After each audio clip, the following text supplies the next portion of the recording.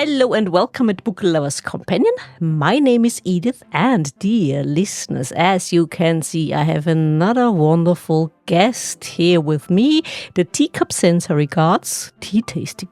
Can you imagine that? No, I can't. Anyway, hello and welcome, Aletheia Morden. Hello and welcome at Book Lovers Companion. It's an absolute pleasure to have you on. Thank you, and it's a pleasure to be here, Edith. Splendid. We have met before for a Zoom chat, and it was absolute splendid talking to you. And we are here to talk about your memoir. Yeah. So what can you tell us about this memoir? I've read it, and it's quite a tale, dear listeners. Well, when I was a teenager, living in London, I was living in Brighton, working in London. I was born in the UK. I answered an ad in a newspaper, and a few months later ended up with a job as an au pair in Hollywood, California, to a showbiz couple. And it was like night and day. 1965 England was very different from 1965 California, which again is different from a lot of other places in America. But it was delightful. Jerry Fielding was he's passed away since, music composer, and he wrote music for television shows and films. Later on, this book covers 1 year, summer of 1965, and I arrived just before the Watts riots broke out. So I started my political education right away. They were very political. Jerry, I don't mention the films that Jerry was later nominated for an Academy Award for, like Sam Peckinpah's The Wild Bunch. But Sam Peckinpah is mentioned in the book, The Last Indentured Servant. And his wife, Camille, Jerry's wife, Camille, had been a dancer since the age of 4. And she knew everybody. I did not know what they looked like. I mean, it was just, I was off on an adventure. Yeah. And many of my friends had gone, my best friend was in Switzerland, and she could have got a job as an au pair for me there. I had a friend in Sweden. And at that time, mid-century, nobody had any money. We didn't have credit cards then. Life was so different.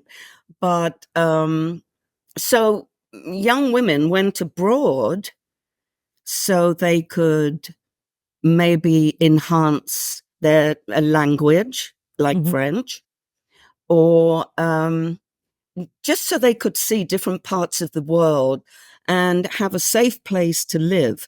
Because the au pair at that time, I don't know what it is now, I don't even know if young women do this. This was a chance to travel, and you had your room and board and a little bit of money and a little bit of household help. And I do mean little, although with the Fieldings, Jerry and Camille Fielding, I was immediately almost embraced into their family. I got that impression from your book, how you describe everyday life and how also the conversations between you and Camille, it seemed very like a friendship that developed. Yes. They had one child who was like 10 months old, Elizabeth, and they had Camille was expecting another baby in a couple of months. So she needed help. Although they had a housekeeper, Essie, who lived in Watt, which was very important at the time when I got there. And she was part-time. Later, she became full-time. But Camille was very friendly and very protective, but not overbearing of me as a teenager. And she treated me as an equal. And so she was very tired in the last months of her pregnancy, and they were moving. There was so much going on. And so cocktail hour was at 4:00, no matter who was there, what was happening. We sat down and drank, which was right up my alley. I was 19 by then. And I could not drink in a bar in America. You had to be 21 to do anything in America at that time. I mean, isn't it still that way? Isn't it still that way? It might be as far as a bar is concerned or drinking, but you can vote at 18. And you can join the army. Oh my God, yes. And incidentally, I met a lot of young men who came from, let's say, UK to Britain, and they joined the armed forces because it was a quick way to naturalization, immigration. I mean, it made life easier for them to be in America. Yeah. But so anyway, there I was, 19 by the time I arrived. And Camille was tired, you know, at 4:00 and in the evenings. And she'd cook. Sometimes I cook. She let me cook when she knew I liked to cook. But I was not the, do the vacuuming, you know, take care of the baby, do this, do that. It wasn't that kind of a household. Between Camille, Essie, when she was there, and myself, we shared everything. Yeah. And as I say in the book at one point, you know, I walked into this room, the living room, which was all white, which was not European standard at that time. White walls, white carpeting, white floor to ceiling drapes. Everything was white. It was like walking into a cloud. But I also say at one point, I never know who vacuumed that white carpet. I don't remember. I mean, we all took turns vacuuming now and then, but I don't remember shampooing the rug regularly. And when you think they had a baby on the floor crawling all over, and a dog, a little poodle, and the footwork of constant comings and goings of family, business associates. I don't know how it stayed clean. I really don't remember. And I don't think I thought about it at the time either. But I know it was never shampooed.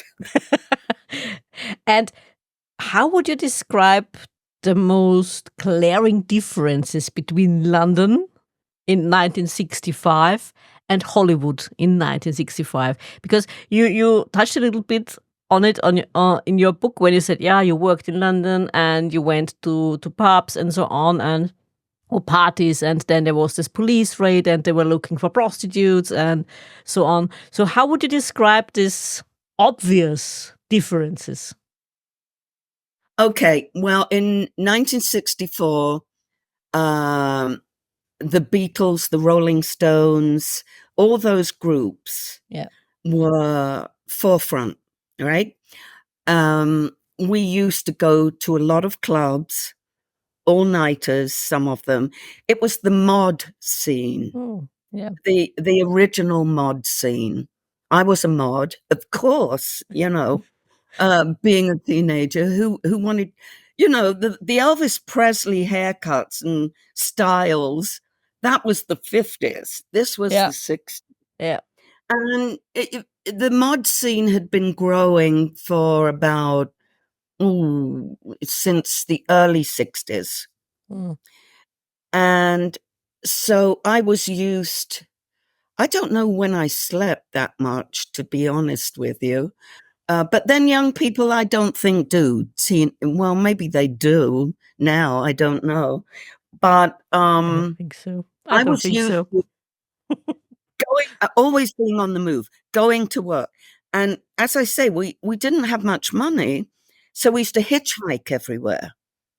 If the Rolling Stones were playing in Horsham, we'd hitchhike over there, right? Or in Brighton, somebody was playing the Beatles. We'd hitchhike uh, be, because we didn't have a lot of money. So we were constantly on the move.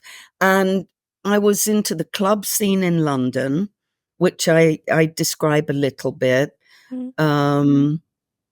in Soho, which was dangerous at that time. Yeah. It was all gangsters, the post World War II darkness, Yeah. let's say. Yeah. And, but hey, I was a teenager. We didn't care about that. That wasn't our scene. We just went to the clubs. And there was a lot of reggae in some clubs. There was a lot of popular music. We were young. It was our world, and it was very active. So when I got to Hollywood, apart from the Fielding household, I I remember we went to a club once in Studio City, the Cinnamon Cinder. I thought it was rather dull, rather quiet. And teenagers my age, they weren't as sophisticated Mm. as European teenagers. The haircuts, the jackets, the music, the styles. The American, well, this is California, remember, Southern California. So it's more of a surf culture. Mm. And uh, kids my age a lot of them were still in school at 18. You didn't Mm. graduate till you're 18. I graduated at 16 in those Mm. days in Yeah. Europe. I'd been working for a couple of years in London as a secretary. So, yeah, I found it was hard for me to fit in. And I do mention going out with some girls my age, American girls, and it was absolutely stunning. I mean, to me, it was like characters from Disneyland. They had yellow, blue chiffon dresses. They did not wear white gloves, or did they? I can't remember. Okay. But their hair, it was like the movies of the late 50s, early 60s. That nobody was hip in my, young people can be so judgmental. And I was judgmental, but I never said anything, and I was pleasant, and everyone had beautiful teeth and lots of smiling, and truly they were very nice. Um, there was, you know, American niceness, and I couldn't fault that. But it was very hard. I spent more time with Jerry and Camille and their showbiz friends, who were older than me by 10 years, 20 years. But the conversation and I was a teenager. I was not a big conversationalist. I wasn't hip to um, politics and other Mm. things like that and Yeah. worldwide goings on. But I learned and I made myself fit in. Well, and it wasn't that difficult. Most of the time I lived in a bikini and I just threw a dress on over the top. That was, and I think the Jerry's household friends and relatives, they accepted me as a nice young girl. And of course, I was allowed to make mistakes, although I never knew what they were, but they were very forgiving of this young woman. Yeah, you said American teenagers, or those teenagers in Southern California, they were not so sophisticated, and they were maybe far off from the war. I mean, Europe. I mean, it is 1964, but still, I mean, all was not good yet. And you grew up on rations and so on. I mean, it was a different kind of life experience still, although you were young. Oh, the food. My God. Talk about rations from when I was a very early child, and rationing was off by the time I was a teenager. You know, my mother bought butter, Yeah. you know, eventually, and so on and so forth. But the food, I mean, Camille took me to the supermarket and there were piles. It was like an Egyptian pyramid of oranges and apples, green apples, red apples, and they were all shiny and clean. It wasn't like going to the market, you know, the street market or the grocery store in Europe. And I couldn't believe it. Even the potatoes didn't have mud on them. You know, there was no caterpillars in the lettuce when she bought it, and no extra leaves. Perfect Hmm. shape. Yeah, well, that would make me suspicious nowadays. No caterpillars in your lettuce would make me suspicious. Well, when you go to the farmer's market here, you find caterpillars in your lettuce. Oh. And actually, a few years ago, when I was living in Venice, in Southern California, I was at the market in Santa Monica, the farmer's market, and this guy, he was complaining about bugs he'd found in the lettuce the week before. And I said, well, just wash it, you know? Take the leaves apart, throw the leaves away you don't want, give them to your rabbit, whatever, and wash it.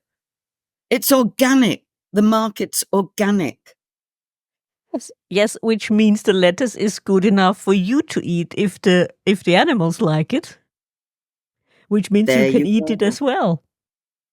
Absolutely. I shop at farmers markets a lot because they're everywhere now. But Yeah. in those days, in California, or in Southern California, you didn't have farmers markets. You know, as I say, Mm. life was Yeah. different, and boy, was it. You didn't have chairs outside cafes, Mm. which I thought strange because the weather was so good. Why not sit outside, you know? Oh, But true. eventually they did after a few years. And yes, so, and Camille, you know, when I asked her about the food, the perfect, I mean, every apple was a perfect shape. No bird pecks in the side of one or something. She said, "Oh, they wax them to look perfect, put a shine on them. They wax the fruit." As I say, it was a different world, and I don't know if you, maybe they still do. I don't know. I don't buy apples at Mm. the market anymore Mm. that look perfect. Yeah, it's also astonishing what they do with the eggs, isn't it, in the United States? Because our eggs in Europe, I mean, I can speak for Europe as a whole. We do not wash them. Why would we? I mean, they're already perfectly conserved in their shells. So Yeah, why would you wash them? They wouldn't hold if you do not need to store them in the fridge. I mean, we do because they hold maybe even longer. But when you go to the supermarket, they are not in the fridge. And why should they be?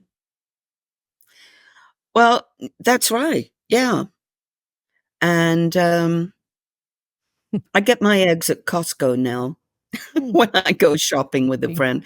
I mean, I don't know what it's called in, or if that Costco exists in Europe.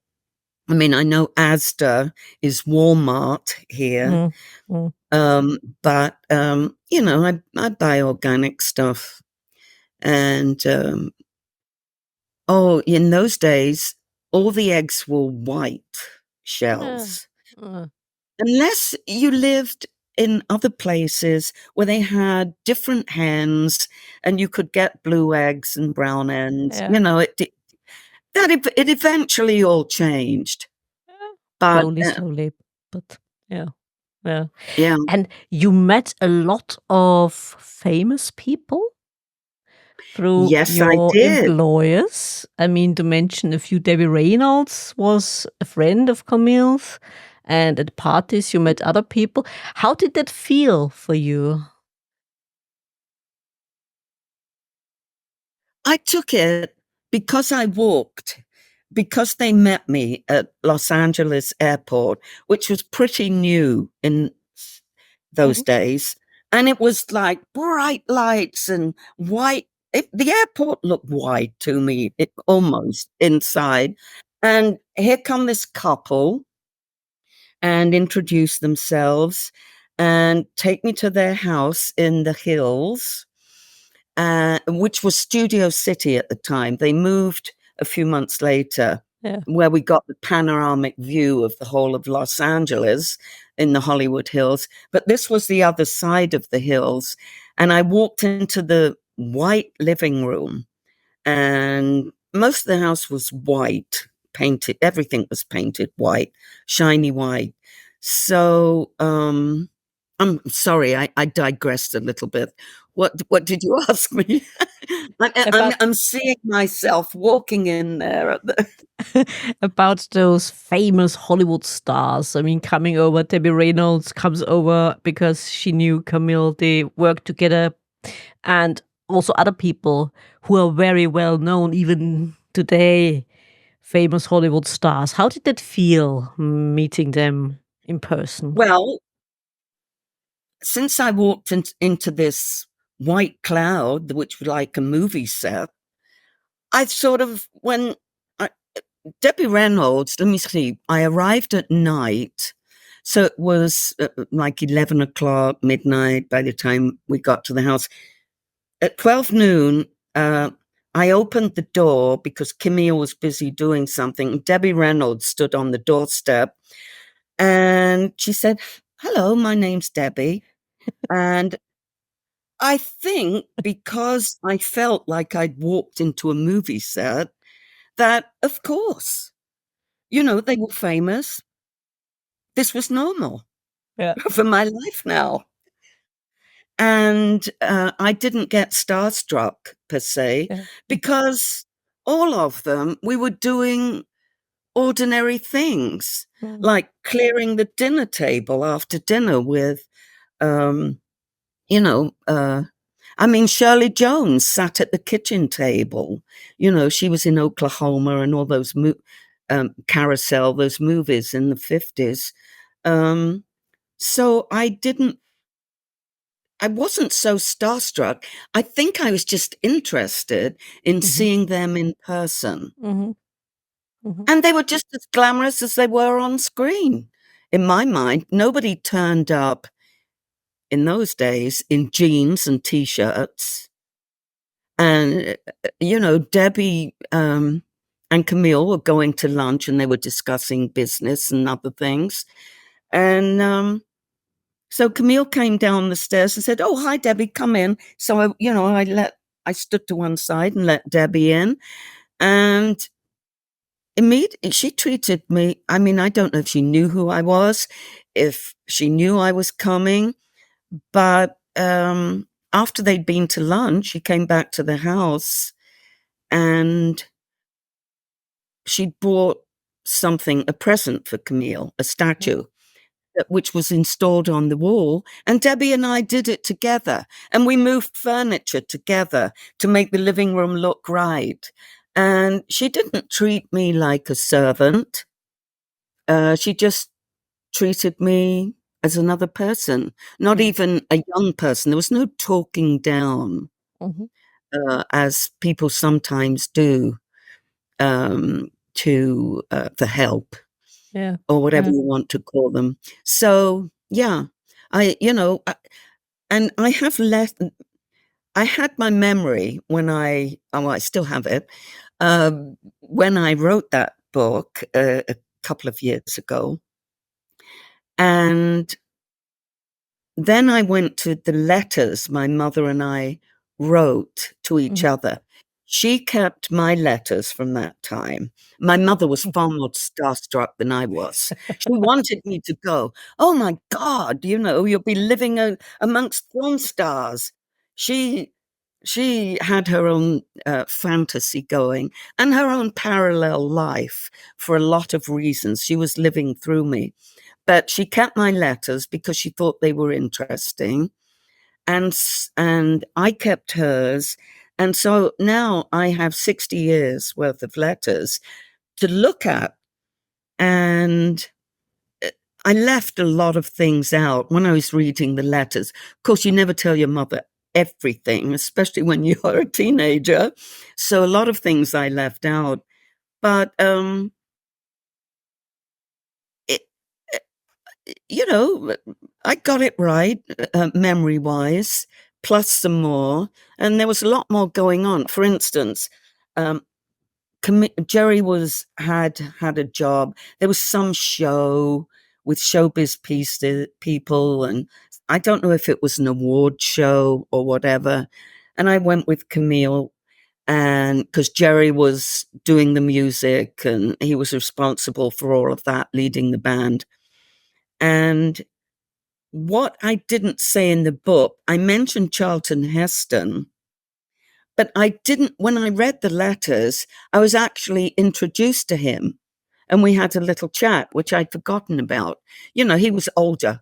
I couldn't care less about Charlton Heston. That was my mother's heartthrob. But I was sitting at the bar at one point next to Camille on one side and Fabian, this American rock star from like 1958, who I had admired at like 13 years old, on the other side.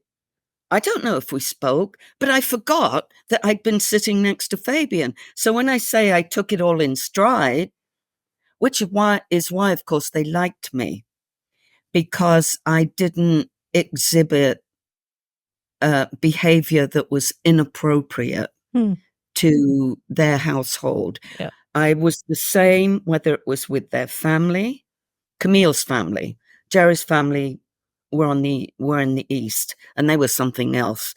At least his mother was, and even, but they accepted me and they talked freely in front of me at the dinner table. So I got a lot of Hollywood gossip, secondhand information. And then, of course, I'd meet the people. But everyone, it was just, this is Hollywood. That was my attitude. Yeah. This is California. When I came to Northern California a few months later on a visit, of course, it was San Francisco was very old-fashioned compared to Los Angeles. Very conservative, let me put it that way. Okay. And yeah, go on. In 1965, it was. I saw it as conservative. Even in 68, when I lived there briefly with my boyfriend, and of course, the gay scene was developing, which, in my opinion, notched it up quite a bit and brought it forward into, interesting real life. It had changed a lot from the first impression in 1965. At the beginning you mentioned, and also in your book you mentioned the Watts riots. Would you say that it is a sort of a political awakening for yourself regarding the situation in the United States between? No, because we had a lot of reporting in the newspapers for several years about the civil rights movement, about the South and the corrupt sheriffs and setting dogs on young African American was not a term used at that point. So they used the words Negroes and blacks. Yeah, what I meant, what what I meant is more regarding the attitude of the Americans towards black people, for example, because I got the impression that compared, for example, to the UK or London, it was quite different, because when you think about, or when I think about, for example, Second World War and how black GIs were treated completely the same like white GIs by the British, and Yes. and there was also, I'm sure you know that there was also this event in the pub where Bamber Bridge, I think it was, this battle they call it of Bamber Bridge, where black GIs were allowed into the pub, and it wasn't very well liked by their fellow Americans, and the British defended them and said, "Hey, come on, what's going on?" And it's completely different to how. Yeah, it is different, completely different to how the Americans themselves saw it. Also, this one scene I remember from your book where I think it was a neighbor, and he was completely put out by the fact that you have white nannies or servants working for black politicians, black dignitaries in the UK, because they come to the UK through the Commonwealth, and it was seen as quite normal. And Yes. he thought that's not right. America was divided. America's always been divided, okay? Yeah. And stuff that's going on now, there's not much that's new. Yeah. When you look at the 250 years ago, yeah. So America has always been divided. The people I was amongst in Los Angeles in 1965, the household, the friends, the people in showbiz, Mm. uh, didn't matter who you were, where you Mm. came from, Yeah. or your background, your culture, whatever. But also, you mentioned World War II. My Mm. mother was a WAF during World War II, and she worked with. She was a camp commander secretary. She worked with all nations flyers. She was, when the Americans came in, but she said there was an incident with a white army woman who was Mhm. billeted with them, and Mhm. how she treated a black GI. Mhm. And the British women, well, my mother was Mhm. totally shocked, Mhm. uh, just like you're saying. So I had some background. So when I came to this country, I knew there would be divided. I didn't realize um, How the bad it depth, was? Okay. the depth of the Yeah. pet. You mentioned that Mm. man Mhm. who. I mean, I wonder if I'd been a black English woman, how I would have been regarded, at this point. But people talk very freely to me, and actually they still do.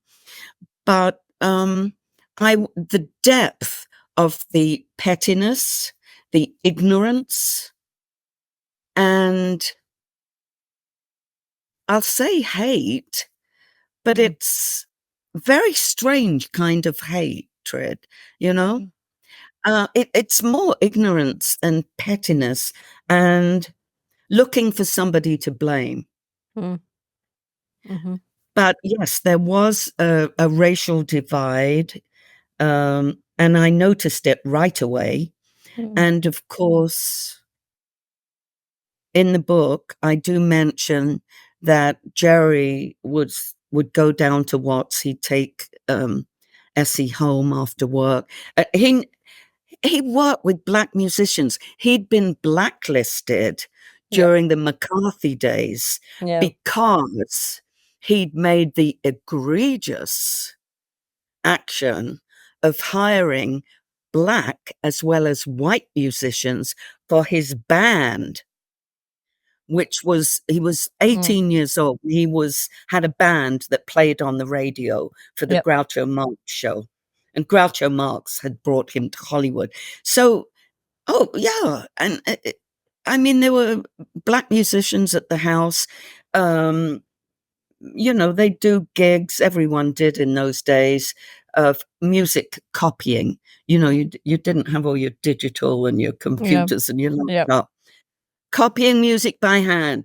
Very famous one. You know, everyone was scrabbling for money, so they drop it off at the house and so on. I didn't know who a lot of them were. Camille would fill me in afterwards, but hey, they were musicians dropping off Jerry's work, you know? Yeah, absolutely.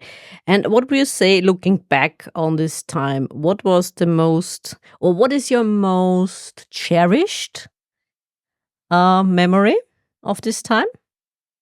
And what is a memory you said where you would say, oh, that was absolutely negative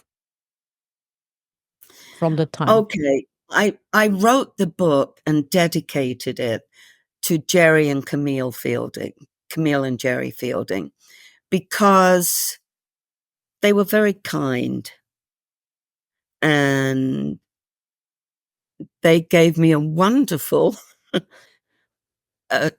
maybe sometimes inappropriate in some people's minds, introduction to America. And they showed me the goodness and the generosity of America. Mhm. My negative, so I would say the family, Mhm. you know, everyone I was around, Mhm. but basically they took me in. Mhm. And what I was a stranger. They Mhm. took me in, which America always purported to be, right? Yep. However, that is not always the case. And my negative point of view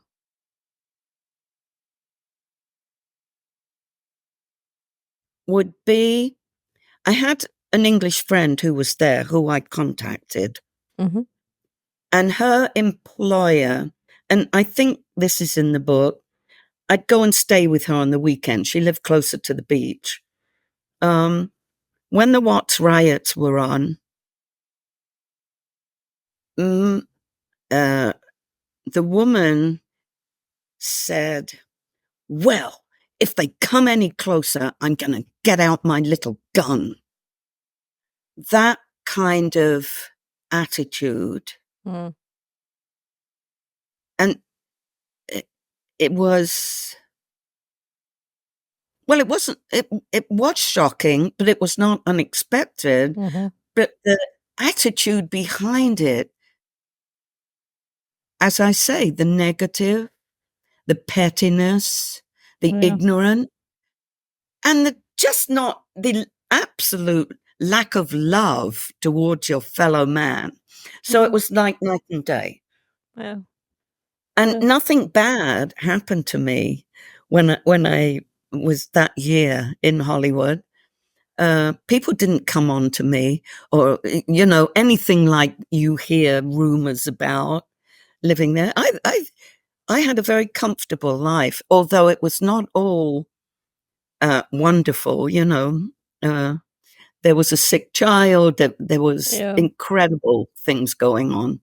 Yeah, and But yeah, also her friend, Betty, oh, committed suicide. inside. Yeah. That was incredibly sad. Yeah.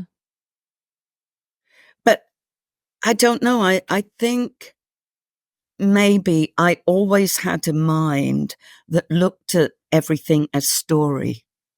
Huh. I do know that somebody that I was wrote a couple of scripts with once. She said to me, "How can you be?" And my daughter said to me once, "How can you be so nice to your mother?" This is based on a lot of stuff that's not in the book. And I said, because I look upon her as a character.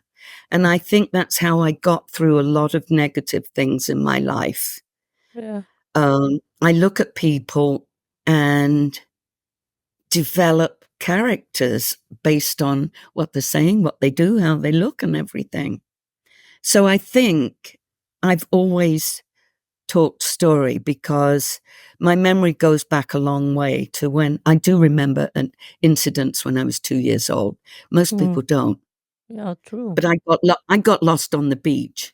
So I guess it must have been traumatic. Well, it was traumatic later at the police station. But, you know, I had to fend for myself a lot Mm. in my childhood. So I got used to looking and seeing. I'm not saying it was perfect. I'm not saying I wasn't judgmental as a teenager. I've mentioned, you know, we have these judgments, but I, I probably, you know, my mind I look at it as a filing cabinet with lots of files. Mm. Uh, And would you say that you are a keen observer of humanity or humans? I would. Mm. I would. I was at a brunch on Sunday, and somebody said some very appalling political things. And I thought about this person and the little bit I know about her, and I understand. And, But but is it possible then for this character? You said you turn people into characters. Is it possible then that this person might turn up as a dead body in your next book? I hadn't got that far because I've already kind of planned up. I finished it at the end of last year, a mystery. So I have a series planned, and the title is of the first one, which will be published this year, is Stella Maris and the Venice Beach Diaries, because I lived in Venice, right on the beach, in a very old apartment building, much older than this building. And life has always been interesting. Everywhere you look, everyone's got a story. People are doing the most outrageous things, you know, and it's interesting. So, of course, I have the Venice Beach Diaries because I've always kept a journal too. Ah. And so my character is based on that. And yes, she starts off in the UK to visit Auntie she's never met in California Yeah. through a number of circumstances. Yeah. She's just angry and mad. She gets there, and the first dead body is right there, and there's more. Of So, course. yes, There are always more, aren't there? and in the second book, I want to do justice to a woman who was murdered. Mm. That had been a neighbor, not at the beach, but I always thought she should not remain nameless. So I'm going to use just her first name. So this character you mentioned, this woman you mentioned, okay, that's something else to think about. I'll file that away for the Yeah, see? future. Yeah. You just said people do the most outrageous things. I absolutely agree because you can open up a newspaper or you can look online at the news flash or whatever, and you think, what? What? If you wrote that in a book, nobody would believe you. She's overdoing it. Oh, it got way out of hand what she's writing. But when you look at the news and so on, think yes, life is even more outrageous than anything an author could write. You don't have to make up anything Yes. because you just look around you. Yeah. You know, I mean, even in the supermarket, the way somebody's dressed, you know, and it doesn't cover all the parts of their body, and they're buying apples, and you know, so when you think, wow, you know, you notice Oh, things. yes. You notice things, especially when you go shopping. Yes. And so, yeah, there's nothing stranger than real life. I take the William Faulkner view, which, to paraphrase what he said once, you more or less take the reality of life, because his stuff was based on real life too, in Oxford, Mississippi. You take real life, an incident, let's say, and you just embroider, and it's called fiction. Mm. Yeah, absolutely. And since you've lived so long in the United States now, what would you say is the most British thing you still do? It's not drinking tea, because we've covered that. Although I do drink my own tea. Okay. Yes, my tea is okay. My mother's never was. Um, what is the most British thing I keep bumping into these British people, these expats. This writers group over at the chicken pie shop in Walnut Creek. I belong to the California Writers Club, the Napa Valley branch.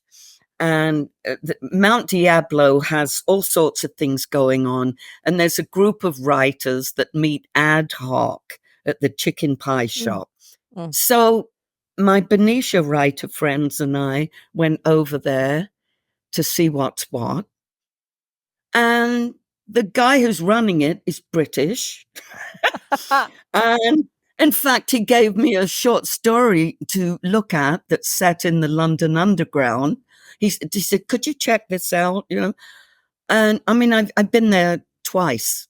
And one of the guys, the first time he came over and introduced himself, he said, oh, I used to live in Brighton. So, I mean, those Brits are everywhere. But I've never made it much of a habit. I mean, in the early days, I knew people from Australia, New Zealand, so on and so forth. Yeah. But I've never made it a habit to only seek out expatriates. You know, I like to meet people from different countries, and I always have.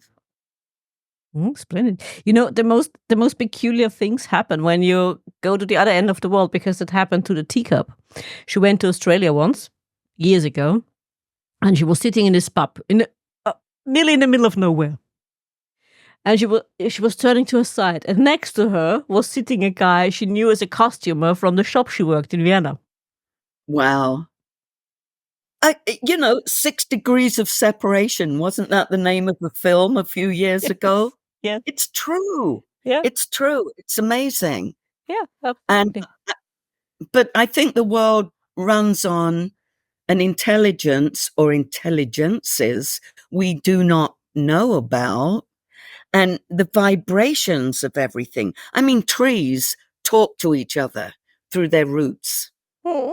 I learned that on a hike up in the High Sierras once, when this naturalist told us, oh, the aspens trees always change color in a block, but it's they have some kind of agreement. They turn from green to yellow gradually, block to block to block. And I've always felt that everything in the universe talks to everything else. Yeah, sounds interesting, sounds intriguing. I certainly know there is an intelligentsia that's directing us, because I'm a cat servant. So being being directed, you know, we know how that works, don't we? Life under the paw. I do because I recently took on a little black feral Oh. cat, Oh. and I've always had cats. And she's just been with me for 2 weeks, so she's living in the closet, and she slinks by. I can't pet her for a while yet, but, in the mystery, I have a cat that plays it's a character, Of course. Mr. Velvet. Of course. Of course. I mean, yeah, absolute wonderful. Is there anything else you would like our listeners to know? Well, I think I've just about said a lot of things. I don't want to go into current life in America as it is with politics. All I can say is not my circus, not my monkey. And that covers present day. I'm very happy living here. You know, I used to travel constantly, Mm. but I'm in Europe and other places, and I will be writing a couple of more memoirs, but when I get round to them. But life is magic. Life is mystical. Enjoy it, you know. Good advice. But the next thing we can look forward to from you is the mystery. It is, yes. Stella Maris and the Venice Beach Diaries. And my books are on Amazon, of course, as well as in bookstores, Barnes and Noble and so on in this country. But Amazon for the international group. Yeah, absolutely. Well, thank you so much for making time for me. It was an absolute pleasure talking to you. Same here, Edith.